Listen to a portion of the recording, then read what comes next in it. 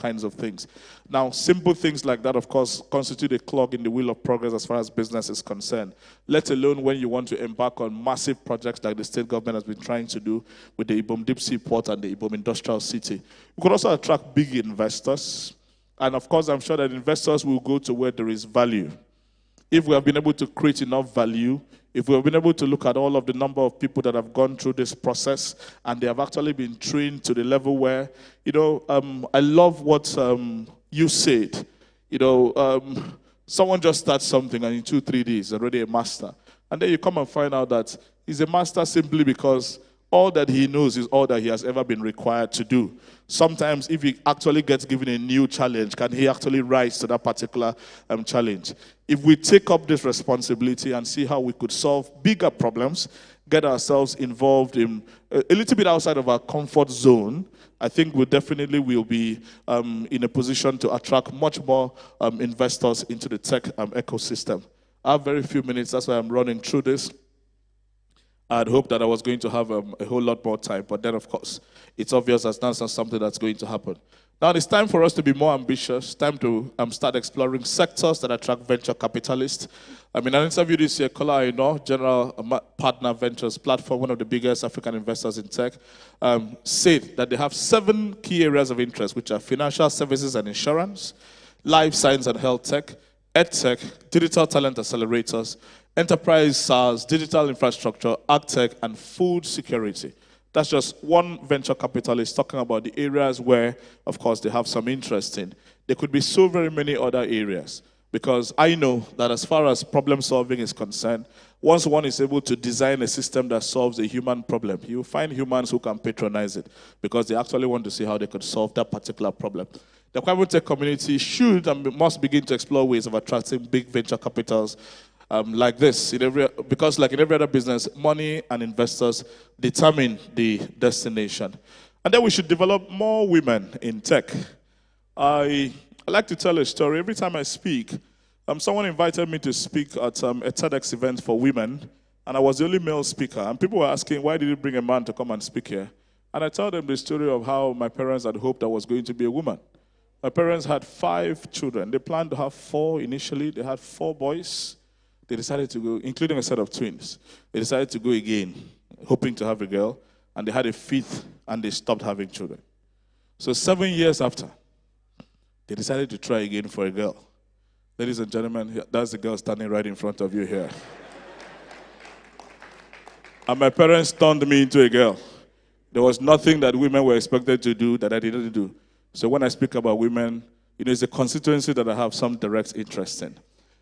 This is very key. Big investors are placing premium on female-owned startups and innovations. One of the key highlights of the latest African Tech Startups Funding Report is the fact that only 20.2% of the 633 funded African tech startups in 2022 had at least... Sorry, can I have some water, please? Had at least one woman in their founding team, which is why I must pay tribute to... Please...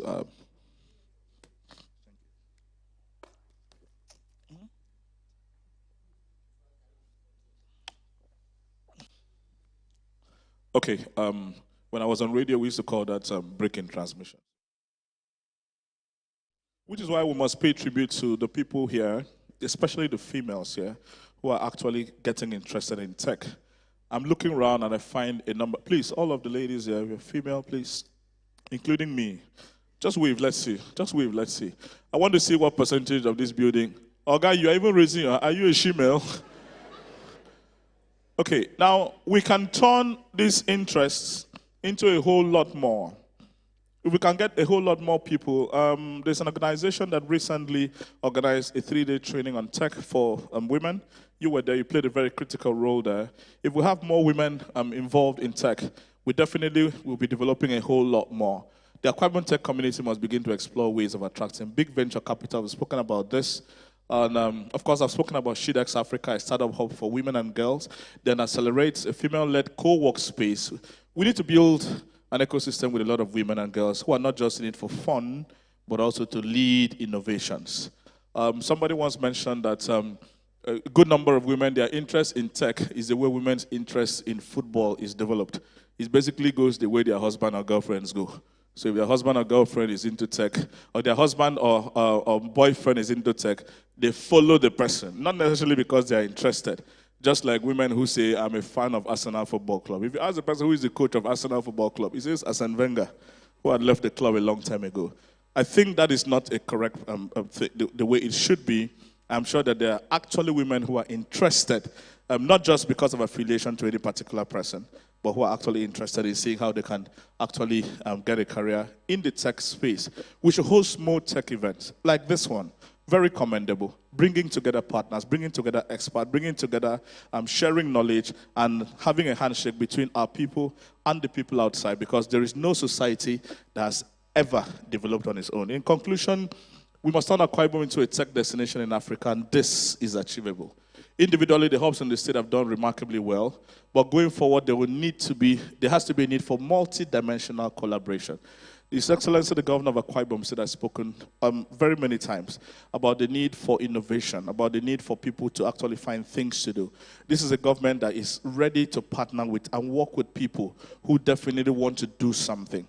And the tech system, I don't think there is any opportunity for people who idle around in tech. Is there any idle opportunity? Anyone who is involved has to be able to have a skill which the person can develop, and then, of course, the person can sell. Because there has to be an exchange, and when the skills are there, they're able to solve problems, and when you learn how to solve problems, money definitely will come. Because in the long run, like somebody noted here, all of us here are just hoping to escape the next supper or the next round of supper. Now, in this state, we have a favorable investment climate. In this state, I've spoken about the fact that we have the security, we have the access, we have the infrastructure, we have a government that is willing to partner with people. We have a people also, a large population. The population of Akwa Ibom is more than the population of so very many countries, over 7.2 million. There are a lot of countries that have gone very far that don't have even half of our population. And there are times that we are challenged as a state to think of ourselves as a country. Because the point is, there are also countries that don't have the landmass that Akwa Ibom has. So the question one way to ask is, what if we were a country of our own? What are the things that we will be able to do? I want to thank the organizers of this event. I thank all of the people that have come. I thank particularly our guests, especially those who are coming to Akwa Ibom and Nigeria for the very first time. It's good to have you, and we're hoping it's not going to be the last time that you come. As you come to this state, please look around and see if there are areas that you can collaborate with us in tech and even beyond tech. If there are people, you would find ready manpower here. You would find a government that is willing to give you a listening ear, that is willing to partner with you. Because in the long run, all of us are here as humans to see how we can be there for other human beings. And whatever thing that we do to improve our living space, we do not just for ourselves, but every single person wants to live the space that he lives in much better than the one that he met it. I'm hoping that at the end of this event, beyond all of the talking, that there definitely is going to be an action plan, because I know that all of us here believe, and we're going to work towards making this our own state. This Akwa Ibom state that belongs to all of us, Africa's next tech destination. Thank you very much.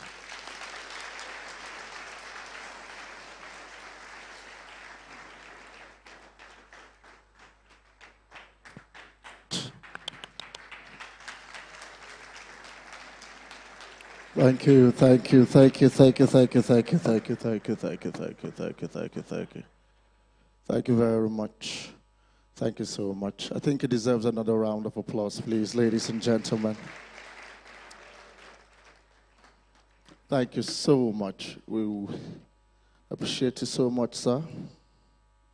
Thank you very much. One thing is having